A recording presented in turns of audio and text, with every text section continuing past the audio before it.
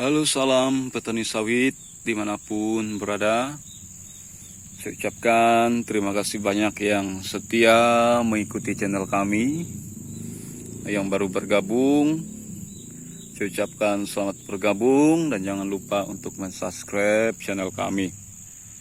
Dalam channel ini kami berbagi informasi mengenai mengembangkan bibit sawit yang berkualitas.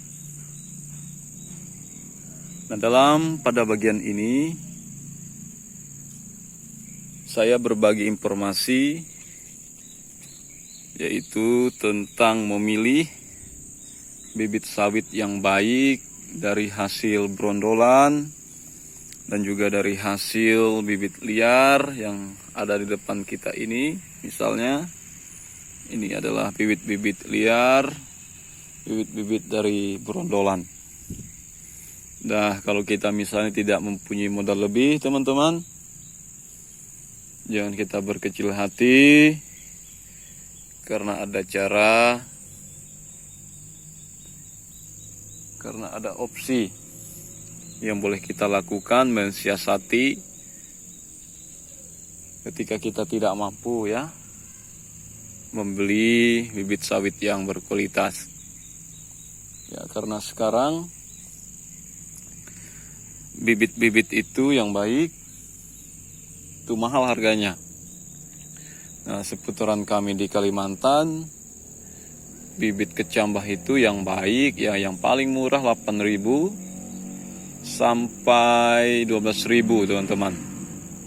Apalagi bibit-bibit yang besar itu 54.000 bahkan sampai 57.000 satu pohonnya.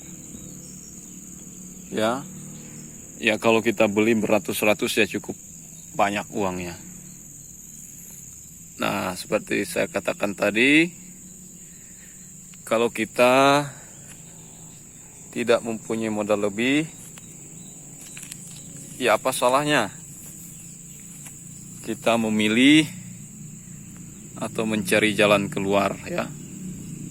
Nah, seperti yang saya katakan tadi dalam video ini, saya akan berbagi informasi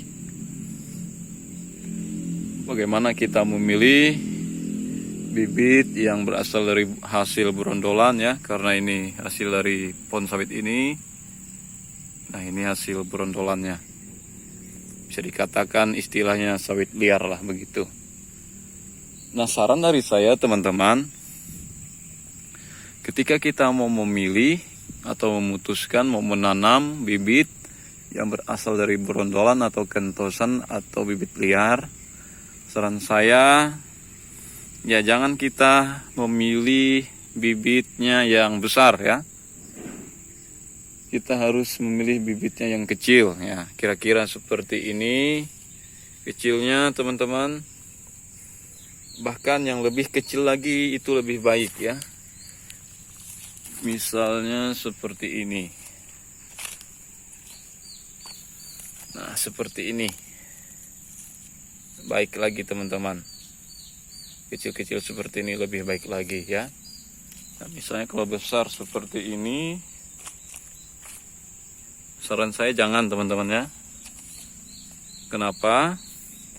Karena kalau besar seperti ini kita susah melihat pertumbuhannya seperti apa begitu.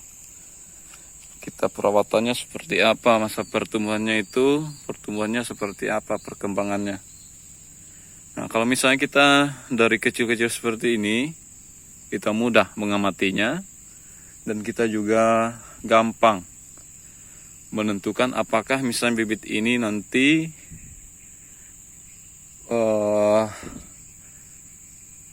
boleh kita tanam di lapangan atau tidak ya, karena kita sudah tahu bagaimana karakter pertumbuhannya kalau kita tanam ke polybag ya. Saran saya dari kecil-kecil ini ya jangan terburu-buru ya, kita harus selektif supaya kita tidak rugi. Nah, bagaimana langkah kita memilih bibit yang baik dari bibit liar ini? Nah, yang pertama, teman-teman, kita harus selektif ya. kita harus selektif. Bagaimana kita harus menyeleksinya? Ya, saran saya dari kualitas daun. Ya, seperti ini sudah bisa layak. Dari kualitas pangkalnya. Ini teman-teman. Bagus ya. Berarti ini layak. Dari kualitas daunnya. Ini juga masuk. Dari kualitas pangkalnya ini juga masuk teman-teman.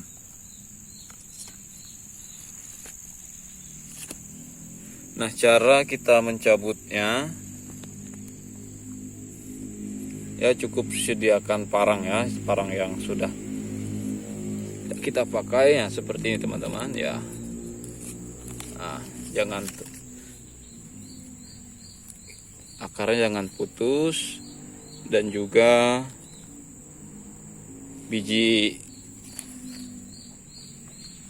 bibitnya ini jangan sampai putus ya.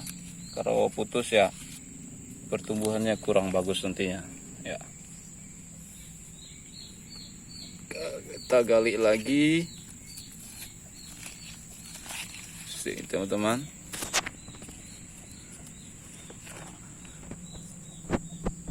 Jangan sampai putus.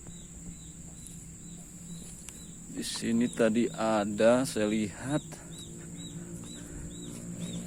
Nah, kalau bisa teman-teman seperti ini ya. Yang baru-baru tumbuh ini bagus kalau kita kembangkan dari cabutan ini. Dari pangkalnya terlihat ini. Nah, sangat bagus dia ini. Ini akan dijamin bagus nantinya. Ya, langsung kita cabut. Hati-hati.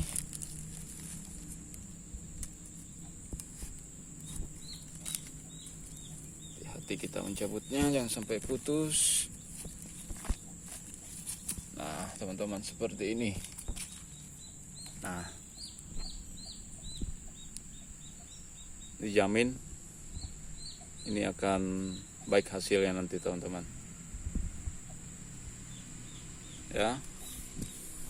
Dijamin ini pasti akan baik hasilnya. Nah, kita sudah dapat 3 teman-teman.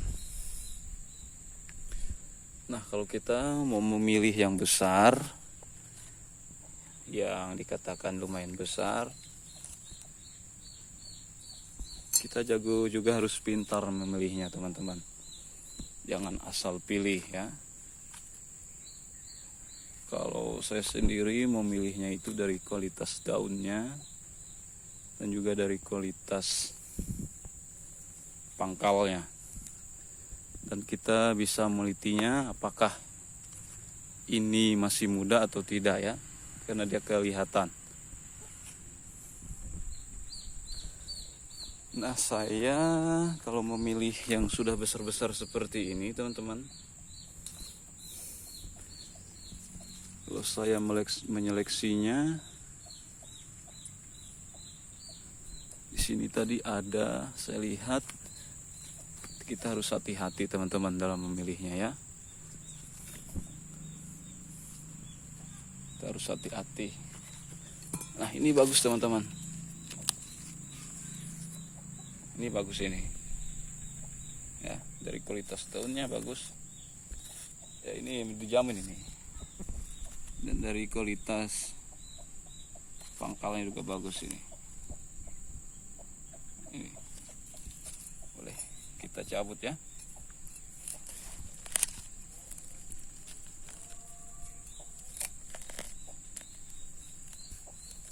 Usahakan tanahnya ini lengket teman-teman ya,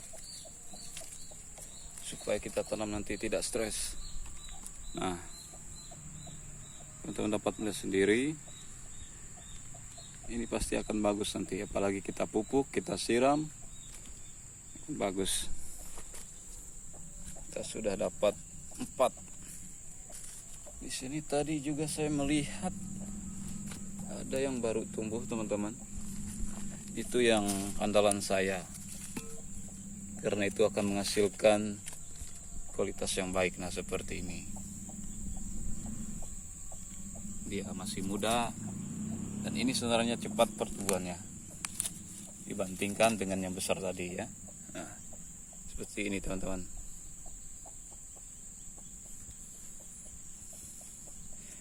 Nah, itu saja informasinya teman-teman. Bagaimana memilih bibit dari hasil brondolan. Itu tadi bagaimana caranya memilihnya. Dan seperti video saya sebelumnya, saya sudah memiliki bibit yang berasal dari brondolan ini teman-teman. Nah, formanya nah. Bagus-bagus kan? Bagus-bagus teman-teman.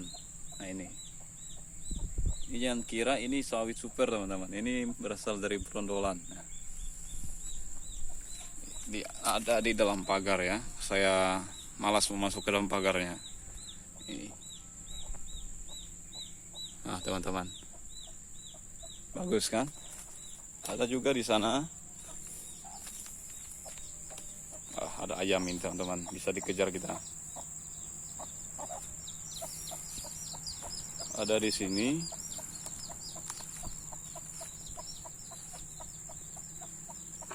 Hasil dari brondolan lah.